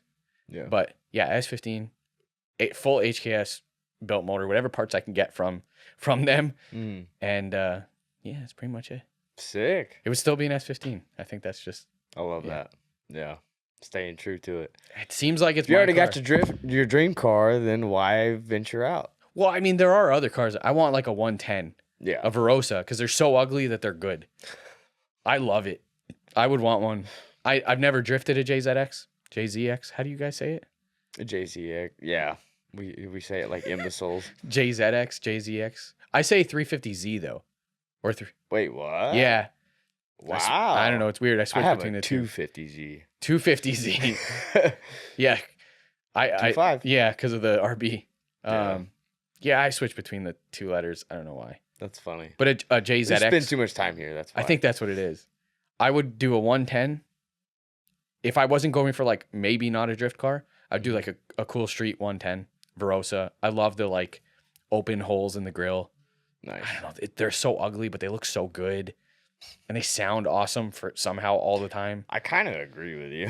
Yeah. It's just the ugly stepchild. Is that the saying or whatever? It's like, you know how everybody hated R33s? Yeah. Then all of a sudden everybody loved them. When that happened? Oh, it didn't happen over here? I guess so. Maybe- I've never been the biggest fan of a 33. Most people aren't, but then out of nowhere, so many people love them. Yeah. I don't know what it is. Sedan all the way, baby. Oh, you're an R32 sedan guy? all the way. Oh, that's bad. Now you got black sedans. wheels on it and everything. Okay, listen. Yeah, maybe a 110, a Verosa. Sick. If that was the other option, I guess. Yeah. Yeah. All right. Well, and then the second one I got for you is, what is your best piece of advice for anyone just getting into drifting? Seat time. Yeah. Yeah, seat time. A simple car. Don't go crazy. Like you don't need to buy all the fancy stuff. And I feel like everybody says this too, but nobody listens. Yeah. You don't need all the fancy stuff. Get a welded or a two-way. I support it too. I love a two-way. But I don't remember who I was talking to, but someone suggested I should try out a I two-way. felt the grip difference in a two-way I've always had weldeds like prior to. That's all I've ever used, yeah. The difference is significant. I bet you now, you being on a welded for so long, I bet you if you switch to a two-way, you would notice the difference. People who do it in such a short time probably wouldn't, or like if they're driving, because you've had your car for so long, and you've driven it for so long through all its stages and like hiccups, you would feel the difference between in the rear end. Absolutely. You would feel it. Yeah. So I felt that, and I noticed I had more grip, which I wanted. But start with a welded. Cool. You got good coilovers, something that aren't going to blow up on you easily, and be already dead within the first first drift day of it, whatever it is. Yeah. And PCs. yeah, Affordable. they are. A lot of coilovers aren't affordable and great anymore. Quality. Knuckles, maybe. Like, I'm not opposed to someone starting with knuckles, but you should learn for the most part without them. Yeah. Because it changes the way your car drives a lot. I always say start with as little angle as possible. Yeah, I don't Not know. as little. I feel but like I'm on the fence of that one. Like for a Z, take the bump stops out. And Yeah, that's that's a Like, perfect example. You don't need any more than that. On an S13, they're bad with stock angle, but I learned on stock angle. True. Yeah. I learned on stock Corvettes, angle. Yeah. Mustangs. Yeah, like I get it. Yeah. There are some cars. So it's that one I feel is a toss up. Like you don't need a full angle kit No. to go as your first time. You don't need that. Stop with that. Yeah. Get rid of it. You're gonna learn such bad habits. Mm-hmm. So I think welded or two-way if you can get your hands on a two-way for a good price, because there's no downside to it. Mm-hmm. Other than maintenance, there's no downside to it. Good coilovers. Stock angle for the most part. If you can get a little bit more angle, sure, maybe put a rack spacer on, cut off the bump stops. Yeah. Just to help you a little Whatever bit. the budget option is. Exactly. That's it. Go for the budget option on that one. And a bucket seat. Nothing's worse than sliding around in a stock seat. Yeah. A stock car with none of that stuff, but a bucket seat will feel way better than any of it. Yeah. Bucket seat, whenever I finally made that transition to that, it was a world of a difference. You can actually feel what the car is. Otherwise, you're sitting on this doing. couch driving your drift car. It's so bad. Yeah. Especially if you got leather stock seats. Yeah. Forget it. And just the seat time. Lots of it. Just try and drive however many events you can for as long as you can. Just keep going. I'm prude to drive on brand new tires now because just like today, they last 5 laps? Yeah. If I'm full tilt, third gear, all the way, the whole track, it's less than 5 laps. Mm-hmm. But someone who's not going to be doing that, you got brand new tires. I think the value of 2 brand new tires far outweighs bringing 7 or 8 to 10 shitty old tires. Yep. I guarantee you 100%. those 2 brand new tires with good PSI based on your setup will outlast all of it. And you're going to learn so much because they're consistent. You're not switching from different tires and different compounds every time you go to these junkyard tires or used tires. So that's my perspective on it. Go with absolutely the good new tires, whether they're good. We could go on for hours about the tires. Good all seasons or good R comps. It depends on your power level. Obviously, a Z can do R comps easy, but like a stock S13 is great on all seasons. Yeah. Just, I would say stick with a consistent tire, but new. Oh yeah. Yeah. Cool. It'll eat into your budget, but it probably won't. It probably won't though, if in the long term, because you're buying 2 versus maybe you get them for free. Sure. Yeah, but $1 per lapse. Yeah, that's what I think. Yeah. Yeah. Hey, that's absolutely. Me. Dude, I tried the. I don't know if I said this, but I tried the 08 RCs today. Yeah. Jesus Christ. Wait till you try 08 Rs. Oh, I know. Yeah. I'm not. They're good. If you want, it frightened me on that. It's a cheater tire. With these. It's good. Yeah. The tread wear is rated way higher than how they actually are. Oh. I love Valinos. I miss them so much. Valinos are amazing. Yeah. Sales. They're having sales. Yeah. Take advantage. Did you guys have, what is it, Cyber Monday? No. Yeah. That's yeah. That's what, tomorrow? Yeah, tomorrow's Monday. Yeah. Oh wow, yeah, it is. Yeah. Damn. Anyways. All right, well, last one. Yep. A little deeper. I don't know if you've heard the last 3 questions, all of them, but I don't remember it, but I have. I have. If you had the opportunity to speak to the entire world, what would your one message be? I don't know why this keeps coming back to me, but Chase's hashtag that he keeps using, do better. Yeah. I don't know. Lately it's resonated with me on many different levels of like me doing better, but also everybody else doing better for everything. Yeah. That's it. Do better. I like that. Do better. I stole it from him. Yeah. Hopefully he's not mad. He'll be all right. All right. Well, cool. You want to shout yourself out or shout anyone else out? Anything like that? Yeah. I mean, you can find me on Instagram at VS Martino. The website is dsrstickers.com or designshopreact.com. We're also on Instagram where you can buy stickers, liveries, print, design. We do tons of apparel now. We have a ton of in-house capabilities. And yeah, I mean, go on the site. Everything's there. If you're curious, hit me up on Instagram. Yeah. Sick. That's it. I'll have it all linked in the description, of course. Sweet. And of course, parts, anything like that, always in the description. Check those links out as well. Grab the merch and hit that subscribe button. Don't forget that one. But that is it. That's all we got for this one. We'll see you each and every Sunday for a brand new episode. Thanks. Staying way up to the ceiling. Trust no bitch, can't catch no feelings. I've been taking long flights from the Bay to Ibiza. Hit home runs, I'm a ball like Jeter. I just want fuck, then I leave her. I'm a young pop star, call the boy Justin Bieber. Got a little money if you want, I can teach you. Whole life a movie, you can watch it in theater. Staying way up to the ceiling. Trust no bitch, can't catch no feelings. I've been taking long flights.